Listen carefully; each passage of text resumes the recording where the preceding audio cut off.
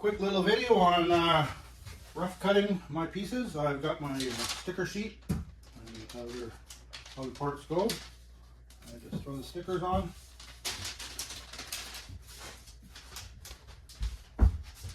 Mark them off.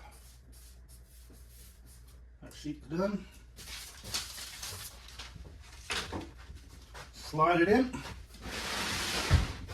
I've already set the block.